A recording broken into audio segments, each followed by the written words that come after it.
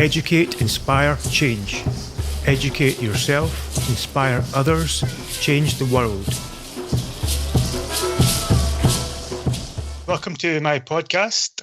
I'm here today with two special guests. One of them is James Schmachtenberger. He's an entrepreneur, an educator, a social activist in the wellness and technology fields, and he is also the co-founder of Neurohacker Collective, which is a product called Qualia, which is a groundbreaking nootropic supplement that has countless health benefits that we're going to talk more about today. And I'm also happy to welcome Josh Trent, a good friend of mine, who also is the founder of Wellness Force Radio. So please be sure to check out his radio channel and his podcast. It's amazing. So thank you both, guys. How are you guys? So good. Thanks for having us, man. Yeah, doing really well. It's good to be here. Awesome. Yeah, so let's just kick it off, man. Obviously, James, we're here to interview you. So tell me a bit about you, your background. You've got this amazing product that I know, Josh, you've tried it yourself before. So it's the bee's knees, my friend. I love it. Qualia has been in my life for 4+ years, man. So I'm so stoked to talk about this. It's like, how do we be more present in our bodies? How do we be more present with our brothers and sisters? And what can we do that'll actually get us there? So I'm stoked for this, man. Yeah, me too. Super excited. I like it, man. The bee's knees. I haven't heard that term for a little while. That's an old throwback term there. Yeah. Yeah, so James, on you go, man. Tell us, how did you come up with this Neurohacker Collective company? Where did you start from? What's your background? I'd love to know your story. Sure, yeah. So Neurohacker has been sort of a long time in the making for me that, developed over the course of a series of my own personal experiences. It started... Like the initial concept for it actually started back in 2004-ish. At the beginning of 2002, I ended up taking over a vocational college, and I was 18 at the time, and I started running the school that was teaching alternative medicine and psychology. And I loved it. It was amazing. I was super passionate about it, but I was 18, and it was way too big of a project for my skill level, and so I was just in utter and profound overwhelm pretty much from the get-go. And I didn't sleep for the first 2.5 years because I was just under so much pressure that I couldn't. Sure. And so by the time I was 21, I got diagnosed with stage 3 adrenal failure and was just exhausted and depressed. And then I was having an existential crisis because I was doing something I was passionate about, and yet I was depressed and could barely do it because I hadn't slept for 2.5 years. And so I just started on my own kind of healing journey, trying to figure out, how do I heal my own burnout, and how do I get my cognition back, and how do I get a sense of aliveness and richness back into life. And I started exploring a whole bunch of different things, but where the really significant impact came for me was I got introduced to this doctor in Mexico who had developed a treatment for rapidly healing neurotransmitter damage. And his particular treatment was actually designed for people who had brain damage from excessive drug use. But when I sat and I met with him, he's like, basically not sleeping for 2.5 years gives you the same kind of damage had you been a heroin addict for a while. So he's like, this treatment should help. So I went down and I ended up doing 3 days of this experimental IV treatment for 9 hours a day. And it just completely changed my world, night and day difference. I went in exhausted, depressed, struggling, and most every front that I could. And by the time that the 3 days was up, I was my cognition was not only back to where I had previously experienced it, but it was significantly more than I had ever experienced. My sort of sense of aliveness and richness in life had started to come back online. My ability to focus had come back. But one of the things that was actually most remarkable for me was that my sense of empathy just shot through the roof. I grew up studying spiritual traditions, and I knew that we were all connected and kind of the standard thing people know, but it was always this sort of cognitive thing for me, and it wasn't something that I really felt. And after I did this treatment, all of a sudden, I could no longer think about any choices I was going to make in life without automatically feeling into the impacts of those choices on everyone that would be affected by it. And it was like this concept of empathy all of a sudden just became physically tangible in my experience. And a light just went off, and I was like, wow, if this kind of experience could be replicated at scale, think about the impact that could have on the world. Not only could we dramatically improve the quality of life for the individuals that we're touching, but if we could significantly increase people's intelligence, their capacity, their motivation, and their empathy so that they were intrinsically motivated to use their increased intelligence and capacity not only for their own benefit, but for the good of all, like this just seems to me to be a fundamental game changer. And so I started initially trying to see if I could actually partner with that doctor and open up IV clinics all over the world. And unfortunately, about 3 weeks into that project, he ended up becoming quite ill and passed away. Oh. And his research, or at least the vast majority of his research, disappeared with him. And so there was still this idea there, but no longer a path for it. And I spent the next bunch of years kind of interviewing neuroscientists and chemists and formulators and telling them this, grand idea. And everyone was like, it's beautiful and you're insane. It's not possible to actually achieve something that good on a consistent basis. And so I kind of got discouraged with it and put it on the side while I was working on other projects. And then in 2014, I went to Burning Man, and Burning Man happens to... Yeah. Right? Yeah, so I was at Burning Man. It wasn't my first time, but Burning Man's always been a significant thing for me because it also typically falls on my birthday. And so it's a time that I use for like deep reflection in terms of, what's next in this upcoming year, what's next in this next phase of life. And so I had just done this like deep reflection circle with a bunch of close friends that had been giving me feedback on my life and my work in the world. And then I went and did some LSD and spent a bunch of time in the deep playa by myself reflecting. And it was during that I was like, this concept needs to exist in the world. It's too important of an idea to let there be anything that gets in the way of it. And so whatever it takes to figure out the science behind this, we need to be able to have a mechanism for quickly, safely, and consistently increasing intelligence, capacity, and empathy. And so I started telling my brother about the awarenesses I was having. And a little while into it, he's like, okay, I'll partner with you, which I had been trying to talk him into partnering for years because my brother has his formal background is in complex system science. He spent most of his life running think tanks using complex systems modeling for solving large-scale global issues, right? Redesigning systems of governance and economics and et cetera. And it was clear that we needed something like that to be able to achieve the results that were desired. And so basically we spent the entire drive home from Burning Man starting to develop this concept and business plan, and got home and then just immediately dove into research. And it took us actually almost 2 full years of R&D to get to the place where we had something that we were happy with that actually met the standards that were trying to be accomplished. And it was a big undertaking. It actually required essentially developing a whole new model of science for how we research human physiology. But the results turned out to be quite good. And for the last several years now, we've been able to start putting products in people's hands that seem to have a very significant impact on not only their quality of life, but for me, the piece that's most beautiful is all the like stories and testimonials that I get to hear of how it changes the way that people show up and interact with the world, how people talk about being more present, more compassionate, having more spaciousness in their interactions. Like that excites me. How does a supplement do that? How does a supplement actually make somebody more emotionally connected? Because you're really tapping into physiology there, but we live here in the 3D. Is it taking people to different dimensions, or is it making the 3D more rich?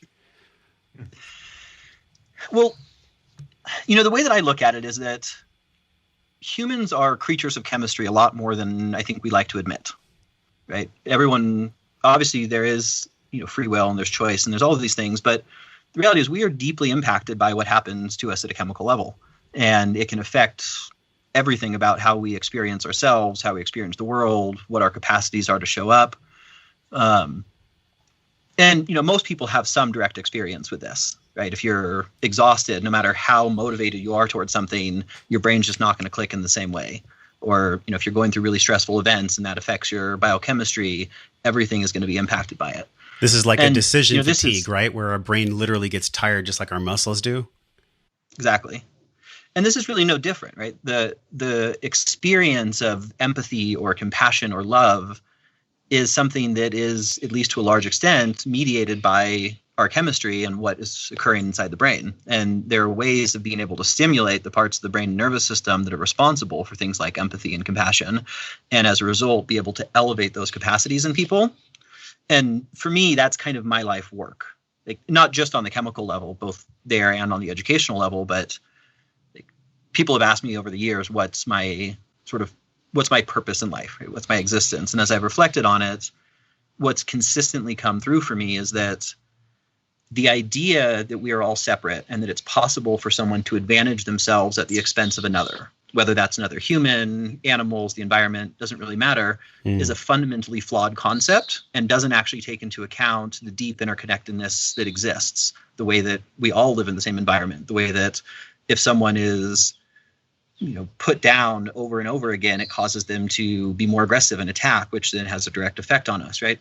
So for me, my work and my passion is really, how do we help people first fundamentally get rid of the idea that it's possible to advantage ourselves at the expense of other, and then beyond that, really become more empathetic and have a deeper connection to the interconnectedness that exists, and start making choices and actions based on not only our in the moment immediate gain, but how our choices impact us on a longer scale and impact everyone around us. And so I remember I was talking to your brother a couple of years back, and he mentioned the biotensegrity model from Buckminster Fuller, and it just flies in the face of standard, what I call unconscious capitalism. And all three of us are entrepreneurs. Like, we all use capitalism from a very integrity-based way. So I'm curious how you guys feel about this. Like, how do we in this new, and how does Qualia help this? Like, how do we in this new paradigm where literally everything has been fucking taken down to the ground right now, like social systems, economic systems, like we are living through one of the most transformational times ever on the planet. And there's three men here who are like wielding the sword of capitalism, but doing it in a very conscious way. And that's inspiring to me. I mean, we're here on Educate, Inspire, Change. I'm curious how you guys feel about this. Yeah. Well, I have to say, for me, like, when I first heard of Neurohacker, and I just, like all supplements, I put it into a bracket, the way many supplements maybe have the placebo effect or they don't do what they say. So my initial impression wasn't a great one. But then when I read more about your company and read more about the science and the work that goes into it, and then I met you, James, for myself, and we had a good discussion, I believed in you and I believed in your passion. And people who have a purpose, and especially a purpose as, with as much integrity as you, the company has to follow suit, So like when I created Educate, Inspire, Change, I had a purpose behind it, and it wasn't to make money. It was to educate and inspire people to be the best version of themselves, So like when I found out about you and your passion and your purpose, it really felt super aligned with me, and that's why I feel so passionate, and that's why, like with Educate, Inspire, Change, we haven't aligned with any products in the past. So, but we're going to start doing it now, but we're only doing it consciously, and I think this is very important for people like me and you. So when we're doing business, to make sure that we're doing business mindfully. So it's almost like mindful business, So who are you doing business with? What are you promoting? What kind of message are you sending out? And what is the end result of what you're doing? So obviously people who do your nootropics, they're going to benefit not only themselves, but people around them and the world as a whole, because they're going to be performing better, feeling healthier, more at peace. So this is why I feel so passionate about this. And this is how I'm going to work in the future, is just by aligning with people like you guys, working with people like you who have a shared passion, a shared vision of making the world a better place, And if we can keep doing this and making podcasts like this and sharing messages like this, hopefully it will infect others to do the same, Because there's many, many businesses out there that maybe aren't aligned, aren't very mindful. Maybe, their products are made in sweatshops or whatever it might be. And they need to think much more consciously about how they do business. And if we can just tap into these people's minds, then we're winning. And that's why your product is a winner, because I'm hoping that people in positions of power will start doing this and start feeling the way we feel, Right. Well said.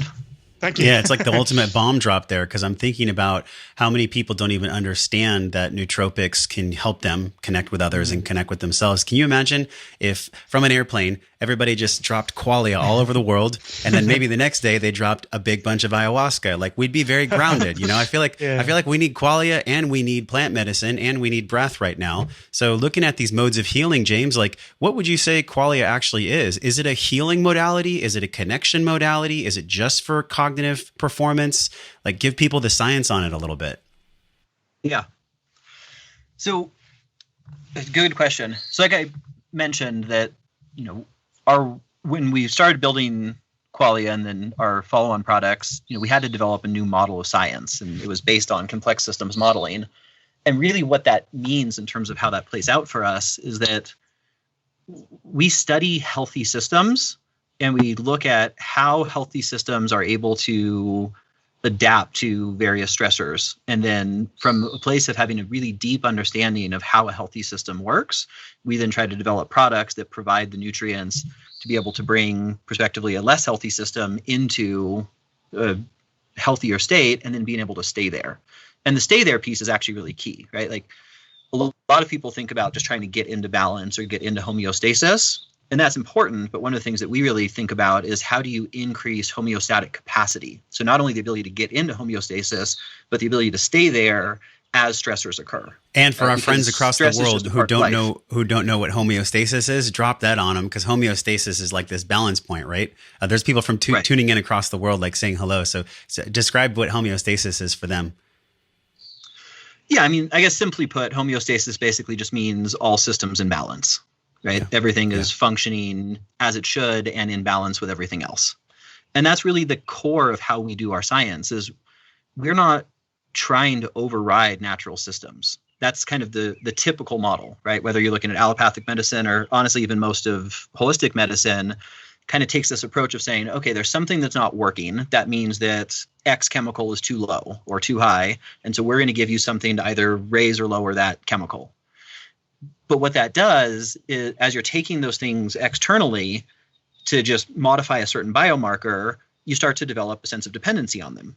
And sometimes that can move all the way into things like addiction. But even if it doesn't go there, it just means your body's not then able to produce those things as effectively as it needs to in real time. Is this why SSRIs exist? Yeah, I mean, that's essentially the approach of an SSRI, right? Is to say someone's experiencing depression. It's the result of them not having enough serotonin. And so we want to override that system and make sure that they have more serotonin.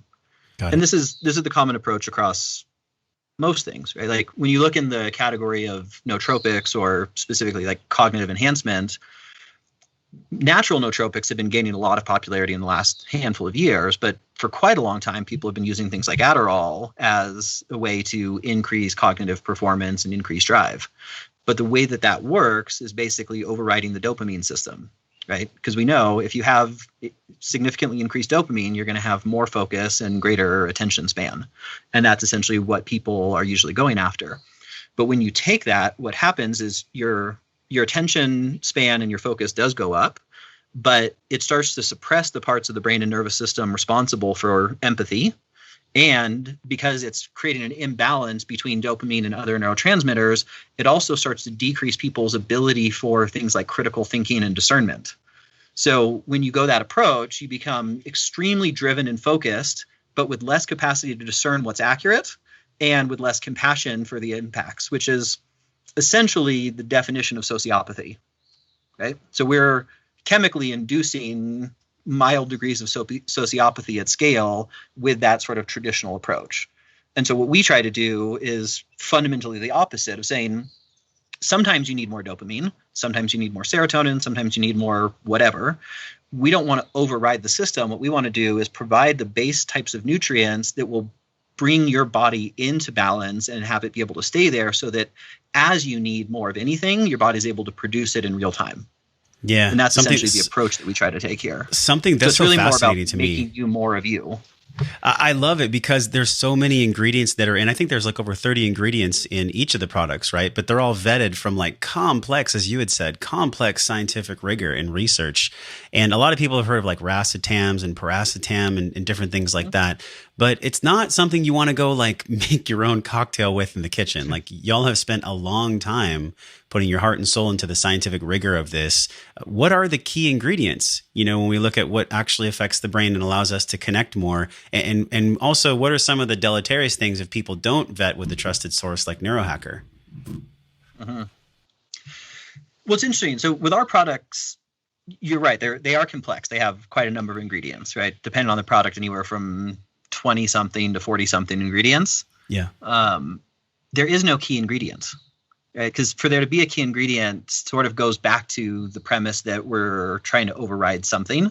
And that's really not what we're trying to do, right? What we're looking at is the synergistic impacts of how all the ingredients work together, and having that synergy be the thing that is actually creating the effect. And this is something that gets really sort of ridiculously technical and complex to try to figure out, because you have things where, certain ingredients when taken together will enhance the effects of one or the other, whereas other ingredients happen to maybe use the same pathway for absorption and will cancel each other out. And so a lot of times when you see products that have multiple ingredients, people aren't doing this research, and they might throw 5 or 10 things in that all sound good, but inevitably you're not actually getting the benefit of them because some of them cancel each other out, and you basically just have expensive urine. So here we try to do the really deep dive research to understand all the mechanisms of action of each ingredient, what pathways they're working on, and how those pathways interact with each other, so that you're getting the net benefit of each of the ingredients and the synergies of how they play together without the downside of having ingredients cancel each other out. But Kash, there really is no key ingredient. Have you played around with nootropics? Have you actually tried some of these products yet? Because I've been taking them for 3 years. So it's something where when I have a day, I'll just be honest, when I have a day where I'm doing like a bunch of emails or a bunch of like cognitively demanding stuff, that's when I'll really take my Qualia, because I notice like I wasn't designed to sit at a computer for 10 hours. Like we're living in this modern day world with its insane stressors. So we kind of need something to outsmart nature here. Like that's really what we're talking about. Yeah, I'm really looking forward to trying this for myself, because obviously I run Educate, Inspire, Change. I'm at the laptop hours every day. Yeah. And it's definitely, it can be stressful at times, especially, and I'm confident after hearing your stories, Josh, and your background, James, that this will be really helpful to me. But you, Josh, you've been doing it for 3 years, you say. I'd love to know, what have been the 3 biggest key benefits for you in your life from taking like Qualia? Well, what's interesting is I'm super sensitive to caffeine. So I started with the caffeine, and then I noticed like even when I titrate properly, it made me a little jittery. And then I was so excited because I'm like, oh, they have caffeine-free products too. Which was great for me, because then I got like all the brain function and all that, quality for my day, but quality from the Qualia. But what was challenging for me is it really made me see what parts of my business weren't working, like what parts of my business I wasn't connected to. And like James talked about, I don't need something to prop me up. What I'm really interested in with Qualia, or with anything, with any nootropic, with any supplement in general, is, am I taking care of the core fundamentals of my life, and how can this supplement help me do so? So honestly, when I first started taking Qualia, I realized, wow, I was depending so much on coffee to just get through the day. I was depending so much on other supplements too. And so now I only take a handful of supplements. And like I said, like the one huge takeaway for me was like, wow, I realized that I had to let go of someone in my company. I realized that I had to stop doing everything on my own. And if it wasn't for Qualia, like that would have been challenging for me, because I think I would have just kept drinking coffee, thinking that coffee was going to make my brain sharper.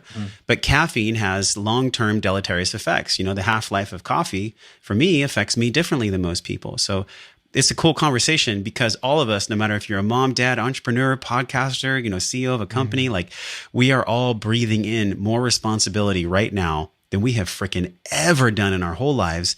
And we really don't live in our grandparents' and grandmothers' world anymore. So the third takeaway for me was like, okay, as I take this supplement, am I being really present and connected to what's working in my life and my business and my relationships?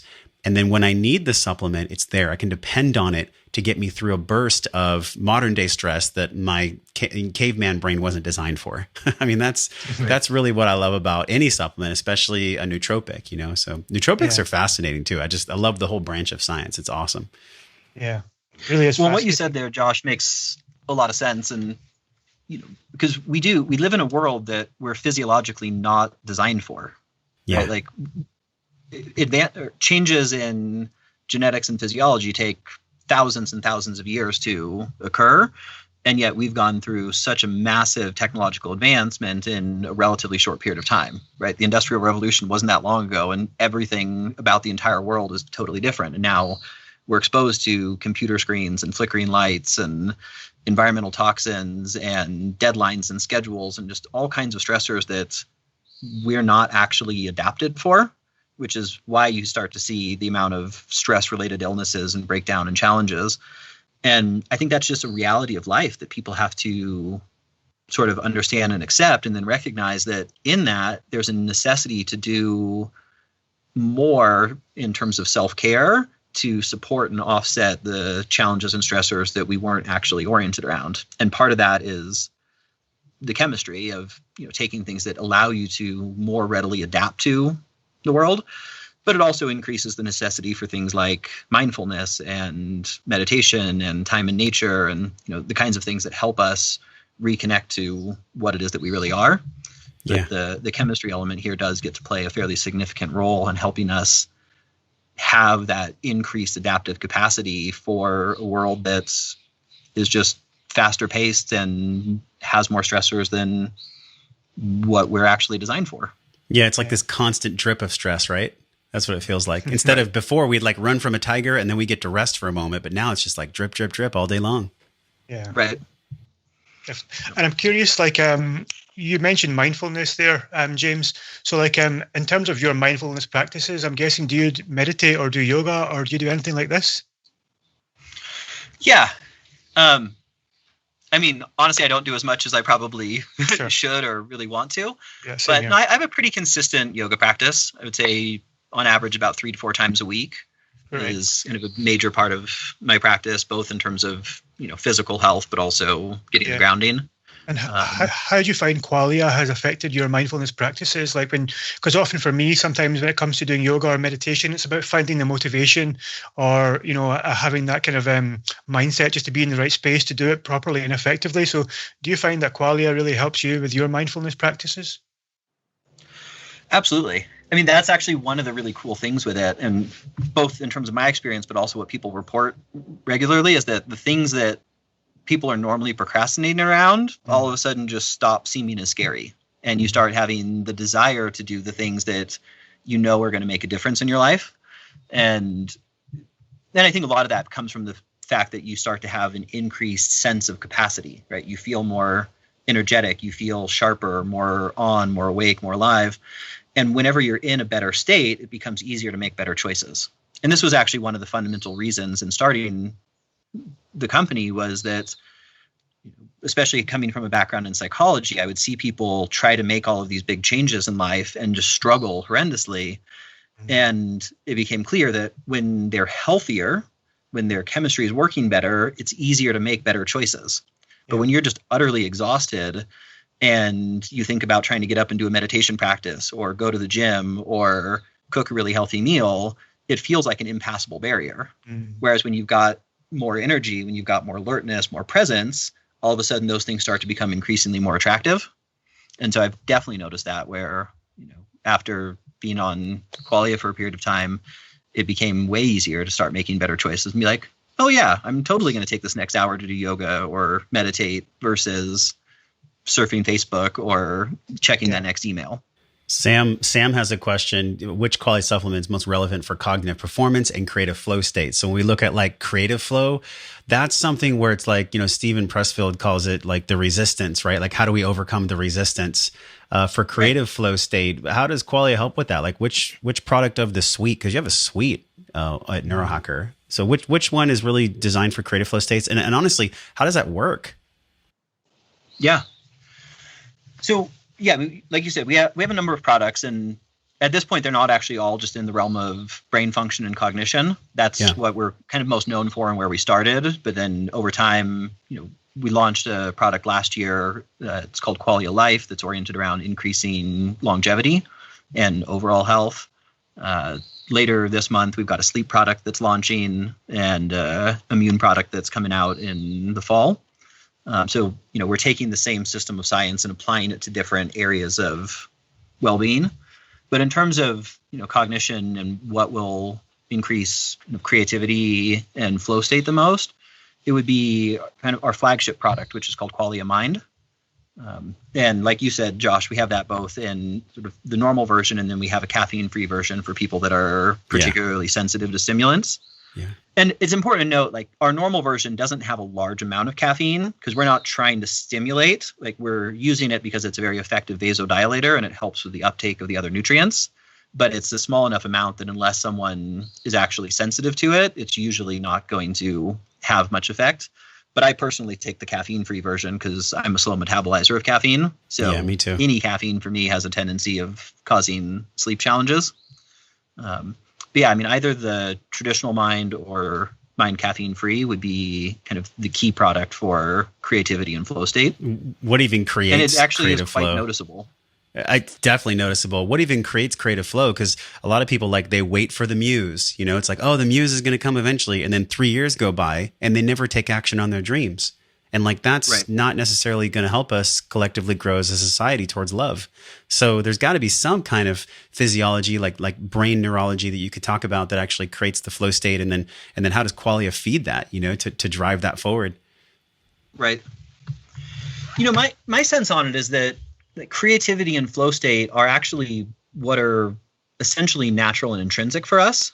And they're things that we lose the ability to tap into, or we lose the connection to, as a result of being too stressed, too overwhelmed, too tired, too busy. Right? When you're busy and everything is constantly pressing on you to do the next thing, it's really hard to have the spaciousness to go into a state of flow or to have that next creative project or idea. That's so true. And so that's more than anything what we're trying to accomplish with Qualia and the other products in that arena is it's trying, like we talked about, increasing your adaptive capacity to manage stresses so that you're not so affected by them and you can actually get back to a sense of who you are intrinsically, not just based on the influence of your work and your friends and your stressors, but to create enough capacity in yourself that you've got the spaciousness to be like, oh, this is actually what's calling to me.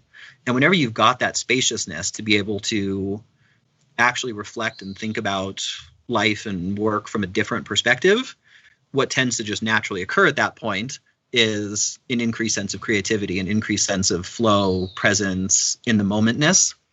And as you've got that, you know, it opens up whole new worlds in terms of experience. Do you feel like this will make everybody move from cities out to the country or the forest? It's funny you're talking about spaciousness. You're like this beautiful background. Kash and I have talked about like, hey, how do we actually just have a grid that's 100 acres and get a bunch of sustainable farmers out there? And like, you know, I really feel like we're going in that direction. And it goes back to my other question I was bringing up for all three of us, like this edge of intention and conscious capitalism, conscious earnings of money. You know, that's a really big thing right now. We're in the great pause. You know, Mother Earth has made us pause with this virus. So we're all kind of taking stock, like, how do we move forward with love? How do we move forward with integrity? Like, this is a big reckoning for everyone. Absolutely. I mean, obviously it's a big question, so there's a lot of directions we could go with that. But yeah, I mean, I think that I was reading a news article recently that was showing the sort of mass exodus of people moving from cities into more rural communities since COVID started. And of course that makes sense, right? Like, I think that one of the biggest challenges that we have as a culture and as a society is a disconnect from nature, right? Nature has sort of certain timings and flows to it that when you're in a sense of connection with it, life just feels easier and less stressful. And we've disconnected so substantially from that, where, you know, we're always on concrete and we're always getting our stimulus through a screen. And I do think that you know, an important part of how we move forward as a society and as a world is that we take this time of massive change as an opportunity to reflect on what actually matters and start making different choices as we go forward. And it seems to me that structurally there are things that are going to actually support that, right? Like, one of the things that we've learned as a culture through this is that a much larger portion of people can actually work remotely than we ever thought was possible. Yeah. And with that means that more people can, you know, if they want to, not be right in a city center, but can actually be a little bit more rural, can be a bit more connected to nature, which, you know, then also has positive implications on the environment due to less commuting, et cetera. And so as challenging as the time is that we're in right now, I actually see it as a kind of epic opportunity for us to take a much deeper look at what actually matters, both in our own lives and in the world at large, and start to make different choices and start to prioritize things like human connection and joy and happiness and presence over our ability to maximize profit and success and clicks and likes and all the things that seem to have become our motivators over the last number of years. Yeah. And I think that there's a huge opportunity for that in business for the people who can really recognize this and say, okay, well, there is a massive shift happening in the world. What are the kinds of products and services that I can bring forward that actually support that shift in a positive way? And within that, I think there's huge amounts of opportunity. And I've always thought of business as an opportunity to increase the amount of resources that are being utilized for positive change. Like I don't really identify as a business person, which is funny to say because I've started lots of companies in my life and currently am the CEO of 3. But like I grew up as an activist, right? I used to do door-to-door fundraising for Greenpeace and HRC, and like that's my orientation is how do we affect positive change? And as I grew up a little bit, I realized I had a natural knack for business.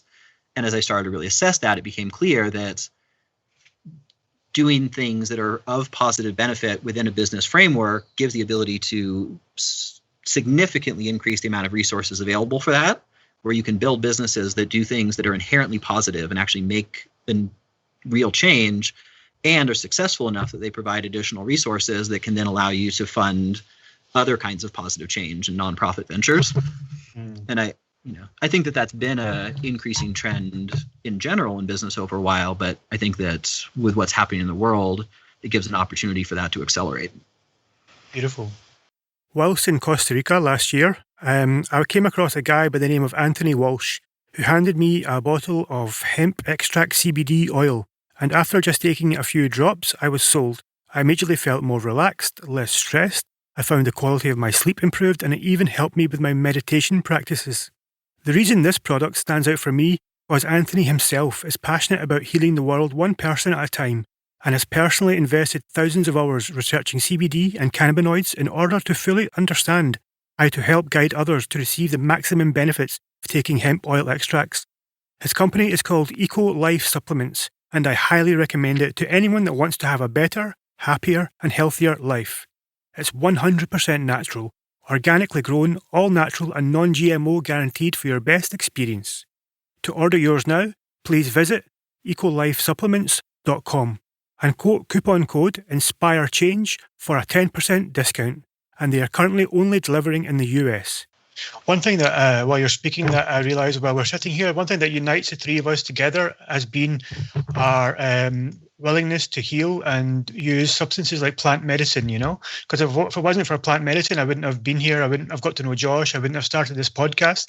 It really was a guiding force in my life that helped me to come to the front of Educate, Inspire, Change and start doing these podcasts and really promoting products that I believe in, that I care about, So I'd love to know a bit about your background with that, James. You mentioned Burning Man a few times, but have you experienced like ayahuasca before? And if so, did this have like a stimulus and did it give you like any visions about your future, or what path did it kind of guide you towards creating Qualia? And even maybe for the future, what do you have in mind for the future after in the next 5 years, for example? Where do you see the future for Neurohacker and for yourself? Mm-hmm. Yeah, good question. Well, plant medicine has definitely been, I would say, a pretty significant part of my life path, particularly over the last maybe 10 or 12 years. My first significant journey was a little over 10 years ago, and it was an ayahuasca journey, which I would not recommend that as the starting point for most people. Probably better to start with other things and work your way up to ayahuasca, but that's not what I did. And same here, yeah. It was remarkable and terrible all at the same time. That sounds about right. Yeah. So that was actually a really interesting experience for me because as a personality type, I'm someone who's very stable. I'm not easily affected by things. I'm the person you go to when there's a challenge or an emergency. Like, that's just sort of my orientation. And that all of a sudden cracked when I did ayahuasca. And I would say for a good 2 weeks afterwards, I was just in this profoundly altered state where I didn't actually have access to stability. Mm-hmm. And when you have those kinds of experiences, it can be so transformational, because when you take something that's core to how you identify and all of a sudden shake it up, you now have to go into the deep questioning process of, is that really who I am? Is that who I want to be? Is that the basis under which I want to make my choices going forward? Or is there a different or better way to do it? Yeah. And that, I think, is one of the great beauties of plant medicines, is that they sort of force you to ask the deeper questions, and to ask them at such a profoundly deep level that it's almost impossible not to actually make tangible changes off of it. And particularly, I've had that experience with ayahuasca. Like, a number of other medicines I've had much more joyful experiences with. I would say all the ayahuasca journeys I've done have actually been quite terrible, but profoundly transformational. Yes, sir. Yeah, I mean, with that one particular, I remember, kind of like, at least, oh, go ahead. I remember my first time, I was brought to the medicine by an ex-partner, an ex-girlfriend. And I was like, what the hell is going on? Like, what am I doing? But 99% of the journey was complete hell. And I was like throwing up and shitting. But there was this one point where I felt a loving awareness from a feminine energy that I had never felt in my entire life. Not even from my mother. It was like as if every grandmother in the entire world wrapped her arms around me all at once. And that planted a seed where a year later I went back. And then I ended up doing a dozen or so journeys. And I know, Kash, you've done many journeys. You're even moving to Costa Rica because of the direction of the medicine. But I love what you said, James. Like, it's not for everyone. And, we're talking about consciousness, the evolution of human consciousness. We're all in this path, this human path, becoming more conscious. There is a word of caution, when it comes to doing a bunch of medicine all at once. Like, there's a way to smoothly go to it. You wouldn't send an astronaut into outer space without some training, but yet everybody's just like drinking a bunch of ayahuasca and they're not even preparing themselves. They're just going for it. It can be dangerous. It can be loving and powerful, but it can be dangerous too. Yeah. Oh, absolutely. Yeah. I mean, I think that, go ahead. Why don't you go, James? Yeah, I was gonna say, like, my personal take on it is that plant medicine has the ability to profoundly advance and transform essentially everything we understand about human psychology. And I expect that, over the next decade or so, we'll just see massive changes in our understanding of psychology and how to overcome trauma. And a large portion of that will be influenced by the use of psychedelics and plant medicines. Yeah. And they're not they're not just totally safe. I mean, from a physiological perspective, most of them are pretty safe, but they put you into such profoundly altered states that, I've seen quite a lot of people misuse them or particularly overuse them. Because one of the things is they do destabilize you. Right? They help you become more clear, become more true to who you are, but they also cause massive transformation. And so if you use them on a regular basis, you're just in this constant place of transformation where it can be hard to actually find the ground again.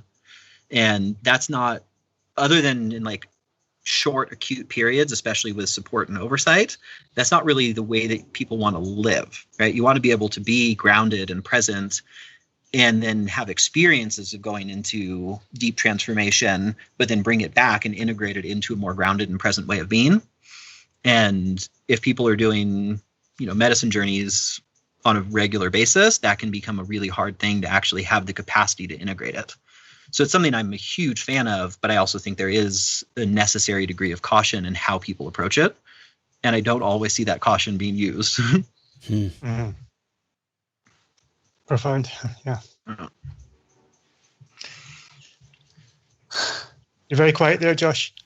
Well, I'm just taking that in. I'm really taking in what James said. Like, there's so many people that are commenting about all these different psychological issues like ADHD and autism. And there's people talking about, will this heal me? Will this heal me? In my opinion, I'm curious how you guys feel. Nothing's going to heal us but ourselves and our willingness to heal. A woman said, my son has trauma-induced psychosis. Could this supplement have that effect? Would you recommend any of the Qualia products for trauma-induced psychosis? It's a good question.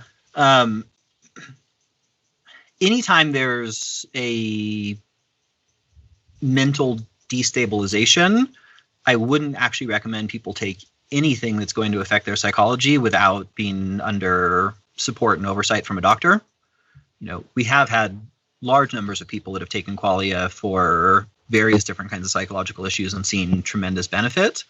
But when there's already a case of psychosis or something else, the stability piece is so key. And even though Qualia is oriented around increasing stability, depending on what's off, it can actually have the opposite effect. So when there's a specific disease state, I wouldn't recommend doing that or plant medicine or really much of anything without working with someone who understands the chemistry of it well and can actually support and oversee it. But as long as that condition is met, then it can be something that's really powerful.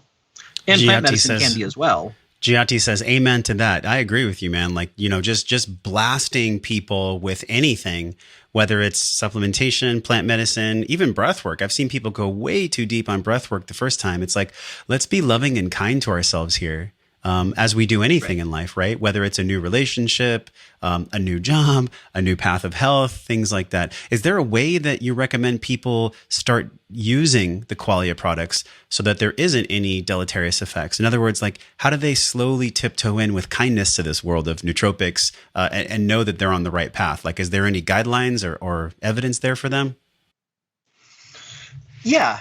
I mean, I think with anything new, it's often a good idea to start slowly and kind of titrate up. Like the standard dose that we recommend for Qualia is good and safe for the vast majority of people. And for most people, it's the appropriate dose for what they're looking for. But there are a lot of people that are more sensitive and don't need that much, right? Like I have a handful of really close friends that will take, so like for Qualia Mind, our flagship, the dose is 7 capsules. Right? That's there's powerful. A lot of ingredients, each of which have therapeutic doses. But I have a number of friends that are just really sensitive, and they'll take a single capsule, and they're just in an amazing state. And they don't need any more than that. That's what I do. I'll take 1 to 2, and I'm good. Yeah. Awesome. Yep. And then for other people, especially if people do drink a lot of caffeine or are accustomed to various stimulants or just push too hard, then they may not feel much of anything off of 1 or 2 capsules, and they actually need full dose. Generally speaking, I recommend that people start with somewhere between 1/3 and 1/2 of a dose, and then titrate up over a period of time to find what the right effect is. One of the things that we found with our products, which is really cool, is that they seem to have reverse tolerance. And I've actually never seen this with another product before, because in general, with any supplement or like as you take it for a period of time, your body develops a tolerance and you need more of it to get the same effect. Yeah. But because the way that our products are designed to improve, like we talked about, homeostasis and homeostatic capacity, your body becomes healthier over time as you take it, and you don't need as much. And we've had a lot of people report that, for the first 6 months or year, they took full dose, and now they take a half a dose, and it gives them every bit as much effect as when they used to take more. Which, for me, is a really positive sign that the product is actually doing what we're intending for it to. Question on that. Go ahead, Kash. No, I'm just saying that's a great sign, because often people can buy products like this and become reliant on them, and they can replace maybe a caffeine or coffee, and they can overuse them. So that's a great sign. That's all I was going to say there. Yep. I'm feeling like the big part of this too is it actually repairing or rejuvenating the synaptic pathways in the brain? Because I've always explained it like, look, we all get decision fatigue. Everybody gets tired in their brain, like cognitively fatigued. And the only way for me to refresh my brain is to move or get a sweat or go for a swim or a surf or just like get out of my head for a moment. Literally, like I got to get out of my head. So when we look at the neural pathways and the synapse firing, what are the actual hardware changes? Does this change hardware over time? And that's why you see that reverse sensitivity that you talked about? Yeah, I mean, that is one of the key things, right? There's a number of ingredients that we use in the Qualia products that have been well researched for increasing both angiogenesis and neurogenesis. And so that means new blood flow to the brain and new neuron development. Yeah. And so as you're on the products for a period of time and you have the ability to continue to get increased blood flow and new neuron development, it's actually creating structural benefit to the brain and nervous system beyond the scope of what you're experiencing in the moment as you actually have the compounds in your bloodstream. And that's, one of the most exciting pieces to it is that, and one of the key things for me was I never wanted to build a product that was going to cause dependency. I wanted to build something that if someone was to take it for a number of months or a couple of years and to get off of it, that they were in a fundamentally better state than having never gotten onto it in the first place. And that's what we find to be true. I think it's largely due to the fact that it does seem to actually impact structural change. That says a lot about you, James, because a lot of people in the pharmaceutical industry, they'll make products with the intention of making profit, yeah? So they don't want people to come off drugs. They don't want people to feel better that they don't need to take them. They almost want people to become reliant. So that says a lot about you. And I think when people are looking for products to take, they should really look at the company and the people behind the company and what is their purpose. Are they making the world a better place? Do they have visions?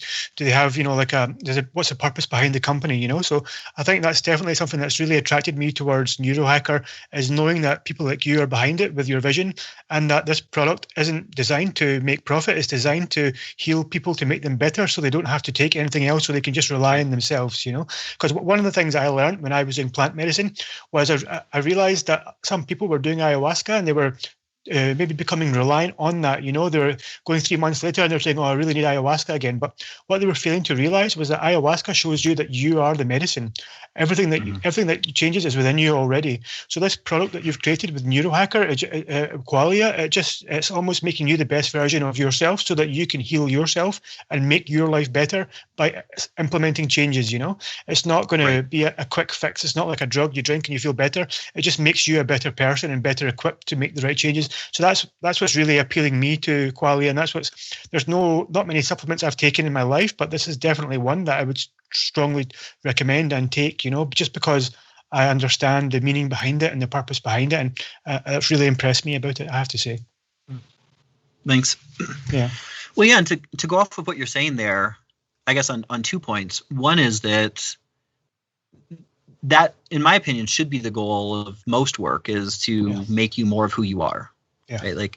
And that's not what our society says, right? Our society is oriented around, you've got to look sexier, you've got to be faster, smarter. It's all about changing who you are to be more acceptable. Yeah. And I think that takes away from the fundamental beauty of what it is to be a human, right? Everyone is so intrinsically extraordinary, and we try to override it and become something other than that. And to me, the goal is, how do we become more of who we actually are? And that should be the question that we're asking when we're building products or taking something or making choices. Is this bringing me closer to who I am? Is this making me more connected? Because ultimately, that's where the beauty comes from, and that's where the innovation comes from. And it's not from trying to pretend to be somebody that you're not. It's from having the opportunity to become more deeply who you are. Yeah. And to go off of one thing you were saying, kind of go back to your previous question, Josh, about capitalism and business. That, in my opinion, should also be kind of the goal of business. How do we improve the quality of life? How do we make people more of who they are? If the reason that someone is starting a company is to make money, I don't think it's worth doing. Making money can be a great byproduct of doing something amazing for the world. Yes. And in that case, it's deeply fulfilling. But if the motivator in starting a company is to make money, I don't think it's worth the effort. I think that the motivation should be, does this light me up? Does this make me more alive? Does this make me on purpose? And does the thing that I'm doing have real tangible benefit to the people that it's serving? And if so, awesome, do it. And then hopefully there's significant financial success that comes from that. But money shouldn't be the motivator. And also too, if money is the motivator, what happens when you reach your monetary goal? I can't tell you guys how many friends I've had, and they reach the million or whatever it is, they get the house and everything. And I remember specifically a mentor, I was sitting at his house and he was like, man, I thought I'd be more happy than this. I have everything I've ever wanted. I got my car, my house, whatever. But the one thing that was missing, it was love and connection. Love and connection was missing. Yeah. And James, you're the ultimate empath, man. I mean, the mind-body teachings that you have, and all your education, you were homeschooled, you were schooled in regular, you've run the gamut on, I guess, what it really means to empathetically connect with somebody. how do you see empaths navigating the world we're in right now, and you being one of them? And then also, how does Qualia support people that are empaths? I'm one of them. I'm super sensitive. I'm like the most sensitive dude I know. I'm very sensitive, but it allows me to connect deeply, right? But I get to be mindful of my empathicness, because sometimes it gets me in the weeds, right? So how do you navigate that yourself? And then how does Qualia play a role in that? There's a lot of empaths here on the channel. Oh, I would imagine. So it's a really deep and interesting question. Because when I think about people who identify as empaths, there's a beauty that comes with that, right? Like that, the desire to be connected, to feel into what's happening for other people around you, to feel into the world and to be impacted by that. But there's also a deep, like a dark underbelly that's associated, where I've witnessed lots of people who identify as empaths where they're actually misidentifying. And what they're experiencing is not empathy, it's their own trauma. Right? And it's hard to make that distinction a lot of times, because when you are empathetic and you feel a lot, you have to be able to ask the question of, what am I actually feeling? Am I feeling what this other person is trying to express to me? Or am I feeling what they're trying to express to me through my own lens of pain or trauma or challenge? And I find that a lot of people have a really hard time being able to see and make that distinction. And then as a result, they are responding to their own challenges or their own traumas through the lens or the idea that it's for somebody else. Yeah. And then it actually makes them interface with the world in profoundly less effective ways, and to end up being more disconnected because they're not actually connecting to the person in front of them or the people around them. They're connecting to their trauma and sort of projecting that onto people. I was just visualizing exactly what you said, like somebody literally with a lens, like a movie camera, just projecting their childhood trauma onto the other person, saying, I care for you so much. Is that kind of what you're saying? Yeah. Wow. So to me, the thing is, like, for people who identify as empathetic, the deep work at that point is around profoundly increasing self-awareness. Because when you can increase self-awareness, then you can make those distinctions and you can say, okay, wow, I'm feeling something really powerful right now, but what is it? Am I actually feeling what this person is trying to communicate to me? Or am I feeling what they're needing? Or am I feeling my own sense of inadequacy in relationship to their request because I don't feel good enough about who I am, right? Like these kinds of distinctions. So I think that one of the key things for people who identify as empathetic, which ideally I would like to see pretty much the whole world identify that way, is deeply, deeply work on self-awareness and be able to get clear that what you are feeling and empathizing is actually empathy and not your own experience. Because empathy to me is not just about being able to feel, it's about being able to actually step into and fully grok someone else's experience and then be able to interact with them based on a deep understanding of who they actually are, what they feel, what they want, what they need. One of the people, and that's totally different than being outside looking at them and saying, oh, I suspect or perceive that they want this. Right? One of the people that's watching, Catherine, she said, as a trauma therapist, I see this misinterpretation and distinction so often. James, I got to tell you, man, like that's such a huge value gem for people to just put in their treasure chest right now. I think so many of us are like, yeah, I'm an empath. I'm an empath. I mean, my work with plant medicine and breath, and even with Qualia and just living here in Encinitas, it's like a spiritual bubble. I feel like every week I'm going through like a new ordeal and I'm growing and I'm expanding. But it's really, really great insight to think about, okay, can I take a big breath before I actually shoot and project onto somebody else? Because I'll raise my hand and probably say, man, have I done that in the past? For sure. That's why my journey of self-awareness is here on this podcast with the three of us. Because like, if we can just be honest, if we can just be honest about where we are, like, okay, this is what's happened for me in the past, and this is where I am today, and I'm going to be mindful in my loving relationships and in my friendships to not project on someone else, to be just aware of what are my deepest wounds and triggers. My question for you is then, how do we articulate that to the people we love? How do we articulate that in relationship? Like, that's a tall order. It is. I think that with this question of how to articulate it, mostly it's just start. Like the key thing is that most people don't actually talk about what's happening for them at a deep level, and they don't ask the deep questions of other people, right? People have a tendency of being afraid of what's deep and vulnerable and raw. And so we have a tendency of interacting at a relatively surface level. And what actually works is to just move past that and start to interact with a greater degree of vulnerability. And this is where, Qualia or anything that helps increase capacity can actually make a big difference. Because one of the reasons that I see people struggle with the ability to be vulnerable is that there's the sense that you're now dependent on who you're being vulnerable with for your safety. Right? So if I'm going to tell you something really scary about how I feel about the world or a traumatic life experience, if it's something that I'm struggling with, I'm now dependent on how you respond to me in order to feel okay with the fact that I was just vulnerable. But that's not actually inherently necessary in most circumstances. There's the ability to get to a place where you can be totally vulnerable and know that you have enough capacity for your own self-care, your own nurturing, your own presence, that you can be vulnerable even in the circumstance where somebody can't show up for you or respond the way that you would want them to. And that, I think, is another key piece here is develop that increased sense of capacity so that you can find the safety in yourself to be able to show up empathetically, vulnerably, and in all the ways that you want to, regardless of whether or not everyone can meet you there effectively. James, you could be a therapist, really. Well, I used to be. I spent a couple of years doing one-on-one work with people. Yeah, I can tell. And then there's so over much time. There's so much power in what you're saying, man. And I'm thinking about all the people that, like, when you were talking about being cautious of the empathy and not projecting, like, there were so many hearts coming on the screen, because I think we all can relate to, like, okay, why am I feeling this way? Is this actually me? What's going on with the way I'm feeling, and why is it actually going on? I think just the discovery of that, it's on the temple in Greece at the Apollo, like, know thyself. It's there for a reason.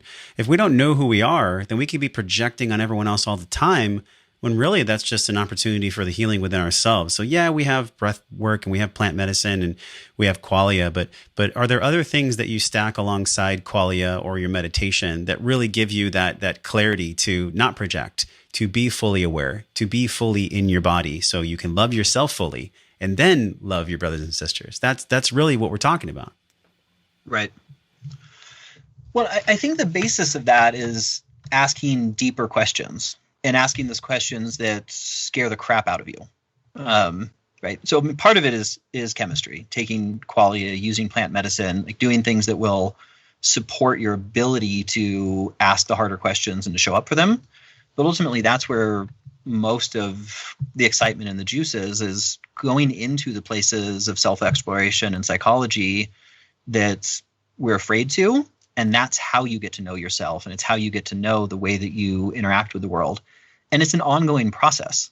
Like, one thing for me personally on that front is I've worked in fields of personal development for 20 years now. And I've done more therapy and workshops and screaming into pillows and, all the fun things than just about anyone could. Yeah. Literally thousands of hours. And I find that I'm still constantly learning deep, fundamental new things about myself. Right? Like, as an example, maybe a year and a half or so ago, I realized that there was a fundamental view that I held of myself my entire life that was just blatantly inaccurate. What was it? And it didn't matter that I had done piles and piles of therapy. Yeah. So I basically grew up with the idea that my purpose in existence was solely for the service of others. And that is a deep part of it. And in many ways, that's something that still feels very congruent for me. But there was a lack that came with that, where I believed myself to be separate from that which I was serving. And so I would serve people and I would serve humanity in ways that continually depleted me. Right. And so if I saw a need, it didn't matter if I was exhausted, I was going to go work on it. If I saw somebody who was hungry, it didn't matter if I was tight financially, I was going to go take care of it. And that axiom, or this fundamental idea that my whole purpose in existence is for the service of others, was something that I just never actually questioned. And so I did massive amounts of therapy and personal development, and I had all of these areas that had grown and become really beautiful, and yet there was still this part inside of me that was like, why am I not more fulfilled? And it wasn't until I took that next step and asked that deeper question, I was like, oh, it's because a lot of the choices I've made in life have been made in a way that was negating my experience of life as opposed to including me in those choices. And, that's after 18, 19 years of deep, deep work, something so fundamental was still able to arise. And to this day, I find similar things on a regular basis. But like, that's where I find a lot of the juice and the excitement in life is how do you keep asking the deeper questions? And each time you ask a deeper question, it then illuminates the opportunity for the next one. Yeah. And as we continue down that path and get to know ourselves increasingly better, we can show up in much more full ways. We can experience life much more richly, much more happily, but we also start to take our own projections out of our interactions as we can understand them better. And it doesn't mean that there's not still challenges, but you start to gain enough awareness that you can distinguish what's real and what's not real. And you can say, okay, I'm feeling scared or hurt or whatever, but I don't have to act on it. I can recognize it as a pattern, set it aside, and choose consciously how I want to show up that's different than what my pattern tells me. So self-love is not a light switch? We can't just choose like, oh, just love yourself. We see these memes like, love thyself. Love. It's like, yeah, if it was that simple, then everybody would do it. And I'll tell you, it is that simple. We see it in plants and breath and with qualia possibly when we're connecting with our love. But love is not a light switch. Like we can't just be like, all right, I'm ready to heal now. I'm going to heal tomorrow at 2 a.m. and I'm going to flick a switch. It's like, it doesn't work like that.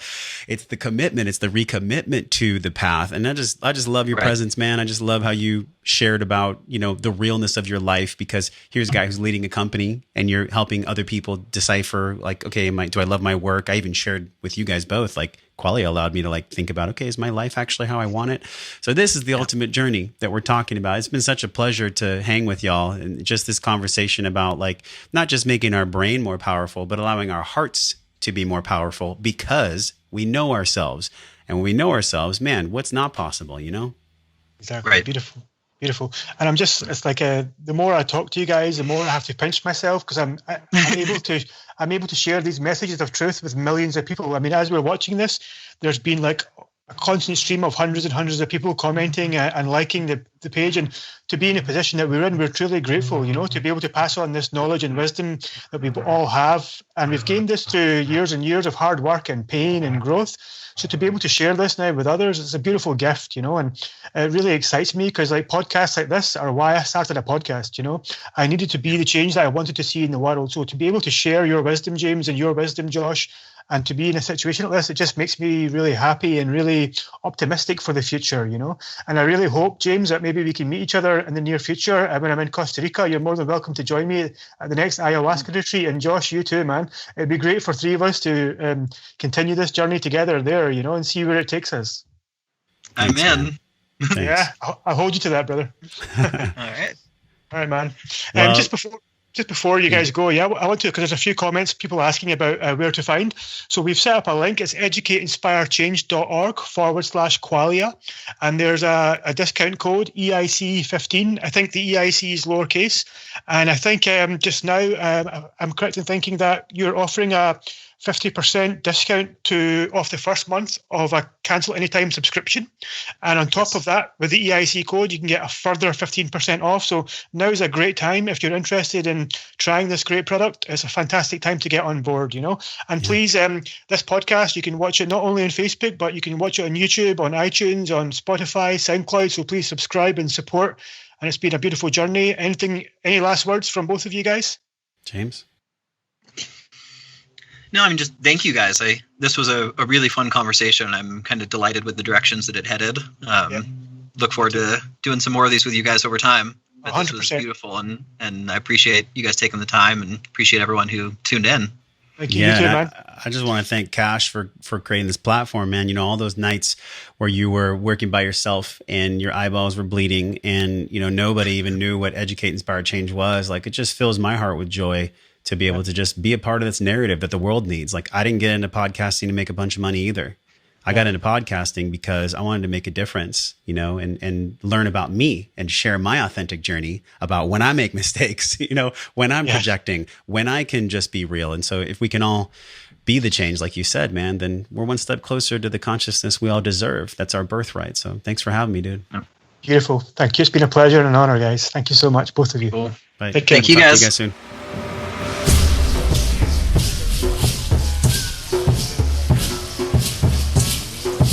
Educate, inspire, change.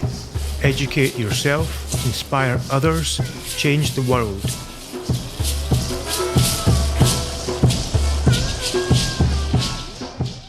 I'm proud to say that one of the first sponsors I have for this podcast is Rhythmia Life Advancement Centre. Rhythmia is a unique and special place to me. It's a healing resort fused with ayahuasca, meditation, breathwork, yoga, and lots of other metaphysical teachings. And they really sent me on a journey of healing and self-discovery that ultimately led to the creation of this podcast. So I really do owe Rhythmia a lot. And if you would like to go there and have a healing journey of your own, please visit them on their website at rhythmia.link/Khan, spelled Khan, or give them a call on 877-835-1806 and receive a free shuttle worth $300 off your trip. For the last year and a half, I've been working on a documentary called Pantera. It's a documentary series, and each series will follow me around a different plant medicine retreat. The first episode, Pantera, Our Plant Medicine Journey Begins, is due to be released in the coming weeks. If you would like to keep up to date with what we're doing and receive the latest updates and releases, sign your name at pantera.film.